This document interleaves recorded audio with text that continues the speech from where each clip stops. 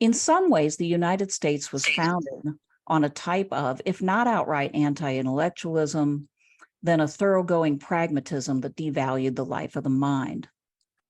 This has always made the US version of public education, whether at the elementary, secondary, or university levels, inhospitable to learning for its own sake. Throughout our history, not only have American intellectuals had to deal with that, but also with the demonizing and scapegoating of intellectuals when Americans perceived their interests were threatened. Recall the McCarthy period, when university professors, writers, actors, artists, poets, journalists, Jews, gays, etc., were targeted as communists and canceled, or worse. The Soviet Union, motivated by similar paranoia, suppressed the same types of people in the name of anti-capitalism. The Nazi regime terrorized and killed those who labeled the enemies of the people, burning books and locking schools and universities into a vicious ideological propaganda machine. Plato knew that all governments in which the wise did not rule would target philosophers. By their very nature, intellectuals routinely question everything. They can support stabilizing institutions, but much of the time they do not. Even when they do lend their capabilities in support of stabilization, they remain aware that what they're doing is partial, a compromise with the truth for some supposedly greater good. But those in power know that even those good philosophers retain the potential for the subversion of the status quo. They are right to be suspicious. Intellectuals are socially dangerous, but societies stagnate without them, and especially modern societies, because they thrive on innovation and change. And we are beginning to see the type of cultural and political senility that results from a long campaign against the freedom of American thought leaders. As a professor at an American university, I've always had to justify my position by extolling the practical impact of what I teach. Will my students find jobs faster? Will those jobs pay well and have growth potential? However, jobs are not the only important reason for higher education, even if my society treats them as such. Perhaps even Eric Voegelin, if he were alive today, would recognize the current bourgeois attitude towards the ultimate questions of truth, beauty, and goodness as another instance of the foreclosure to transcendent questions he once recognized only in Soviet socialist propaganda. Quite obviously, the United States is experiencing a precipitous decline in constructive citizenship. It is still unacceptable to say that citizens who have to grapple with history, philosophy, and literature and the arts will understand better what government is for and think in terms of the longer view and the common good. I consider the long-term lack of a quality education among the chief reasons why my country, quite again, obviously, continues its slide into cultural mediocrity and its by now infamous, shallow, idiotic politics. It feels as though the university is schizophrenic because it is. Responsibility is diffused over many units, all operating as independent entrepreneurs, ever more responsible for their own funding. Certainly in these conditions, who can think about what is true? Who cares about the ultimate cause of things? Who believes that we really play a role in solving the wicked problems of our day? Do we really want to solve them at all? Or does our continued existence depend on them going unsolved? I would argue that this organizational confusion is more and more prevalent throughout our society in areas public and private. It represents the long-term unintended consequences of the Reagan-Thatcher era push towards budget cutting, devolution, and privatization in the name of efficiency and economic growth. Budgets for public universities have been cut to the bone, resulting in major reductions in programming, and in some cases, elimination of entire departments. Kansas universities are largely funded by student tuition and by the donations and grants that they can raise, not by state funding. Budget cuts and the constant pressure from our legislature and Board of Regents to become more like the iconic businesses we adore have led to this decimation. Secretaries, janitors, and tenure-track faculty seem to shrink in tandem. Neoliberal policies were sold to us as a means of efficiency and thrift, but they have led to a great enlargement of governance diffused over many agencies, often now in the private sector, which has actually become a de facto arm of the public sector. It's contracts and subcontracts all the way down. As a result, there is much less transparency and accountability to citizens. Ironically, these moves were supposed to make the liberal individual stronger, but they have actually made him almost completely powerless, lost in a maze of public and private organizational actors that are impossible to meaningfully engage. This is the malaise of neoliberal fragmentation. Its symptoms of technical rationality and diffused responsibility create a dehumanized atmosphere in which unethical outcomes simply happen. It is particularly hard on the liberal arts, which still weakly represent the search for higher motivations and values. The original goal of a university was to foster knowledge that could enlighten the world. Now the university has been remade by the world into a big box store of credentials. This is the atmosphere in which our students are educated, and it is the mirror image of the arena into which they emerge to look for work, an arena in which automation is becoming more and more dominant, leading to radical insecurity. Let me spend a little bit of time on the larger technological and economic forces putting pressure on Americans and making the question, why should I get a university education, increasingly reasonable.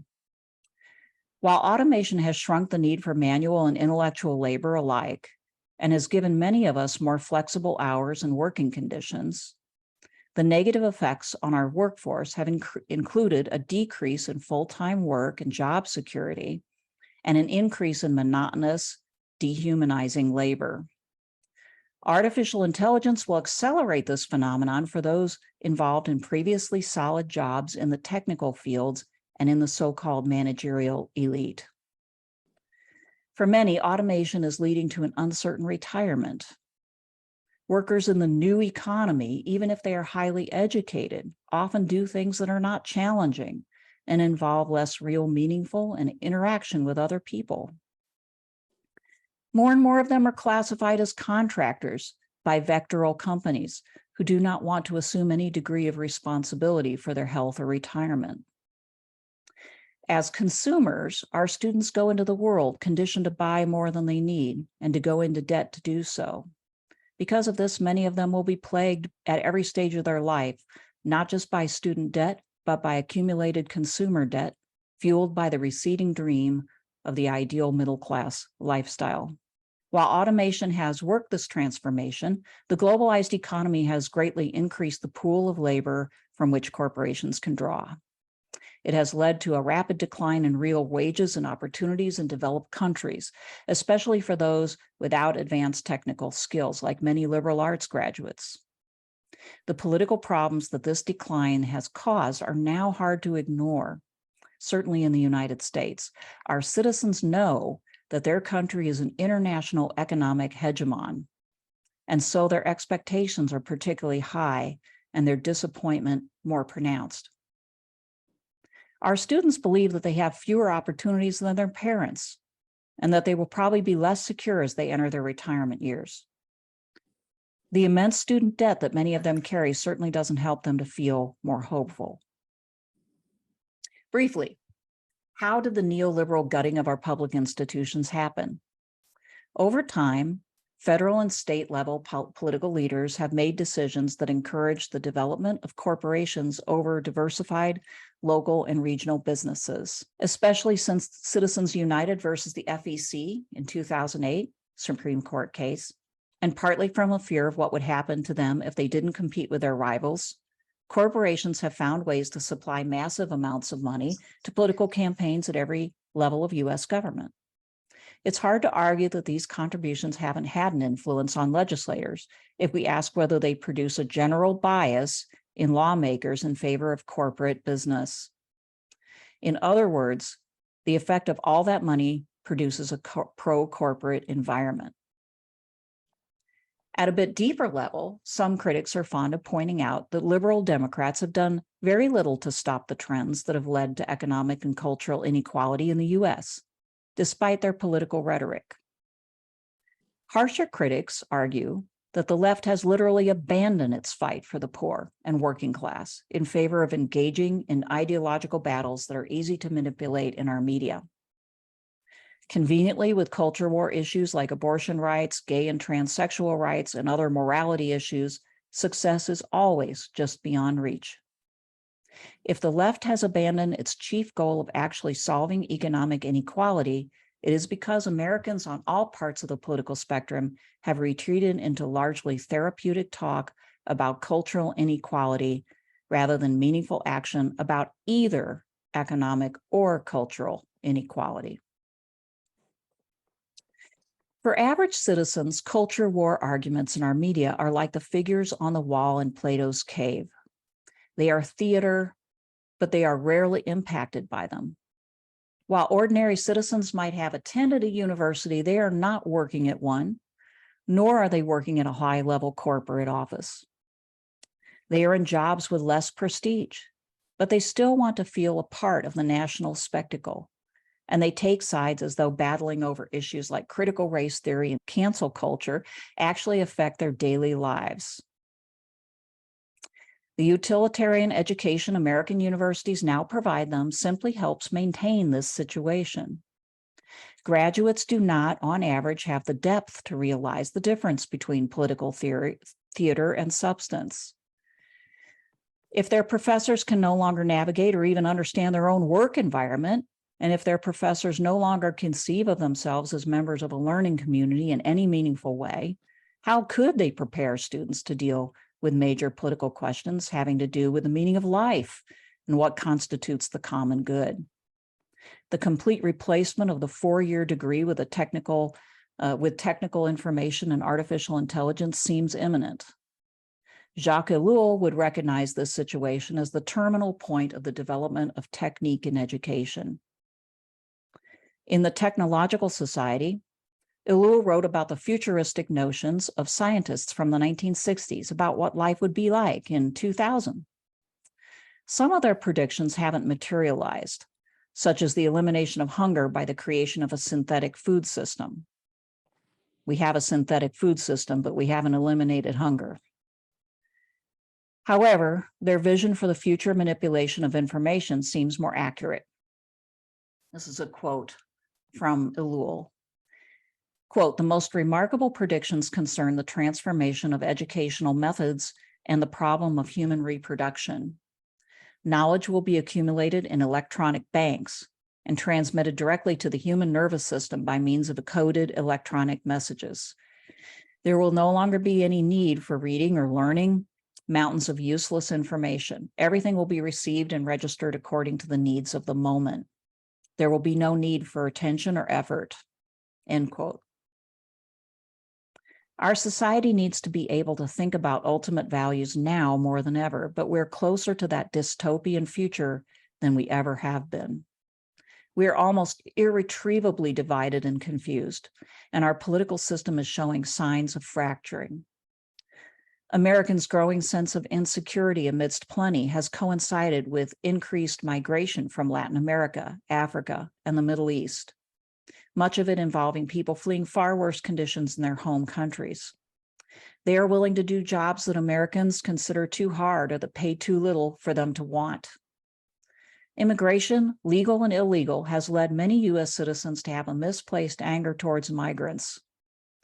At the same time as in many countries in Europe, the influx of migrants has put more pressure on our cultural and community resources, in some parts of the country much more so than in others. Americans often feel that immigrants and minorities are obtaining jobs and prestige on the basis of their racial attributes rather than on their merit. These events simply make it more likely that the frustration of those who do not feel like they are winning in life's lottery will foster resentment that will spill into ideological extremism.